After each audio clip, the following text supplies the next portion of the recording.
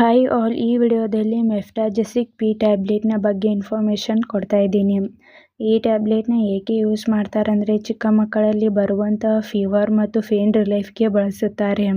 ಚಿಕ್ಕ ಮಕ್ಕಳಲ್ಲಿ ಬರುವಂತಹ ಜ್ವರ ಮತ್ತು ಪೇನ್ ರಿಲೀಫ್ಗೆ ಕಾರಣವಾಗಿರುವಂತಹ ರೋಗ ಲಕ್ಷಣಗಳನ್ನು ಕಡಿಮೆ ಮಾಡಲು ಈ ಟ್ಯಾಬ್ಲೆಟ್ನ ಬಳಸುತ್ತಾರೆ.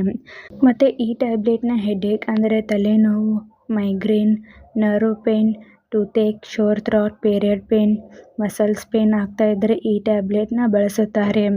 ಈ ಟ್ಯಾಬ್ಲೆಟ್ನ ಚಿಕ್ಕ ಮಕ್ಕಳಿಗೆ ಹೇಗೆ ಯೂಸ್ ಮಾಡಬೇಕಂದ್ರೆ ಚಿಕ್ಕ ಮಕ್ಕಳಿಗೆ ವಯಸ್ಸಿಗೆ ಅನುಗುಣವಾಗಿ ಡೋಸ್ ಮತ್ತು ಡ್ಯೂರೇಷನ್ನ ಡಾಕ್ಟರ್ಸ್ ಅಡ್ವೈಸ್ ಮಾಡುತ್ತಾರೆ. ಡಾಕ್ಟರ್ಸ್ ಹೇಗೆ ಅಡ್ವೈಸ್ ಮಾಡಿರುತ್ತಾರೋ ಹಾಗೆ ಈ ಟ್ಯಾಬ್ಲೆಟ್ನ ಯೂಸ್ ಮಾಡಿ. ಇಲ್ಲ ಅಂದರೆ ಡೈಲಿ 2 ಟ್ಯಾಬ್ಲೆಟ್ಸ್ ಮಾರ್ನಿಂಗ್ ಮತ್ತು ನೈಟ್ ಊಟ ಆದ ನಂತರ ಈ ಟ್ಯಾಬ್ಲೆಟ್ನ ಕೊಡಿ. ಅಥವಾ ಡಾಕ್ಟರ್ಸ್ ಹೇಗೆ ಅಡ್ವೈಸ್ ಮಾಡಿರುತ್ತಾರೋ ಹಾಗೆ ಈ ಟ್ಯಾಬ್ಲೆಟ್ನ ಯೂಸ್ ಮಾಡಿ. ಈ ಟ್ಯಾಬ್ಲೆಟ್ ಹೇಗೆ ವರ್ಕ್ ಮಾಡುತ್ತೆ ಅಂದರೆ ಇದರಲ್ಲಿ ಮೆಫಾನಿಕ್ ಆಸಿಡ್ ಮತ್ತು ಪ್ಯಾರಾಸಿಟಮೋಲ್ ಎಂಬ non steroidal anti inflammatory medicines ಇವೆ.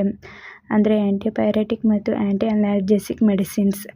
ಇವು ಪೇನ್, ಫೀವರ್, ಇನ್ಫ್ಲಮೇಷನ್ಗೆ ಕಾರಣವಾಗಿರುವಂಥ ಕೆಮಿಕಲ್ ಮೆಸೆಂಜರ್ಸ್ನ ಬ್ಲಾಕ್ ಮಾಡಲು ಸಹಾಯ ಮಾಡುತ್ತದೆ. ಈ ಟ್ಯಾಬ್ಲೆಟ್ನ side effects nausea, vomiting, abdominal pain, headache, diarrhoea ಹೀಗೆ ಮೈನರ್ ಸೈಡ್ ಎಫೆಕ್ಟ್ಸ್ ಆಗುತ್ತದೆ. ಈ ಟ್ಯಾಬ್ಲೆಟ್ ನಿಮ್ಮ ಮಗುವಿಗೆ ಅಡ್ಜಸ್ಟ್ ಆದ ಮೇಲೆ ಈ ಸೈಡ್ ಎಫೆಕ್ಟ್ಸ್ ಎಲ್ಲ ಡಿಸಪಿಯರ್ ಆಗುತ್ತದೆ. ಒಂದು ವೇಳೆ ಹೀಗೆ ಲಾಂಗ್ ಟರ್ಮ್ ಆಗಿ ಕಾಣಿಸ್ಕೊಳ್ತಾ ಇದ್ದರೆ ಕೂಡಲೇ ಡಾಕ್ಟರ್ಸ್ನ ಕನ್ಸಲ್ಟ್ ಮಾಡಿ. ಈ ಟ್ಯಾಬ್ಲೆಟ್ನ ಸೇಫ್ಟಿ ಅಡ್ವೈಸ್. ಈ ಟ್ಯಾಬ್ಲೆಟ್ನಲ್ಲಿರುವಂಥ ಮೆಡಿಸಿನ್ಸ್ದಿಂದ ನಿಮ್ಮ ಮಗುವಿಗೆ ಅಲರ್ಜಿ ರಿಯಾಕ್ಷನ್ಸ್ ಆಗ್ತಾ ಇದ್ದರೆ ಈ ಟ್ಯಾಬ್ಲೆಟ್ನ ಬಳಸಬಾರದು.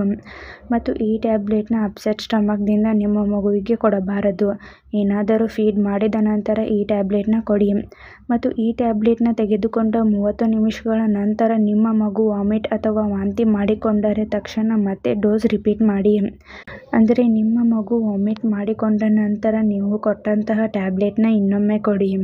ಮತ್ತು ಈ ಟ್ಯಾಬ್ಲೆಟ್ಸ್ನ ಡಾಕ್ಟರ್ಸ್ ಅಡ್ವೈಸ್ ಮಾಡಿರೋದಕ್ಕಿಂತ ಹೆಚ್ಚಿನ ಡೋಸ್ ನಿಮ್ಮ ಮಗುವಿಗೆ ಕೊಡಬಾರದು.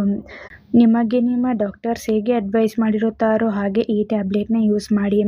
ಮತ್ತು ಈ ಟ್ಯಾಬ್ಲೆಟ್ನ 1 ರಿಂದ 2 ವರ್ಷದ ಮಕ್ಕಳಿಗೆ ಯೂಸ್ ಮಾಡುವ ಮೊದಲು ಡಾಕ್ಟರ್ಸ್ನ ಕನ್ಸಲ್ಟ್ ಮಾಡಿ ಯೂಸ್ ಮಾಡಿ.